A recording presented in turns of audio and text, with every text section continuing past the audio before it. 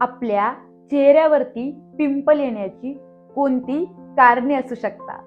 तुमच्या जर कपाळावरती पिंपल्स येत असतील तर तुमच्या डोक्यामध्ये हा कोंडा असू शकतोय.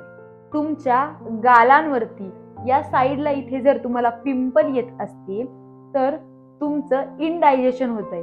तुम्ही जे जेवण करताय ते तुम्हाला व्यवस्थित त्याचं पचन होत नाहीये आणि तुमचं जंक फूड किंवा फास्ट फूडचं प्रमाण जास्त आहे.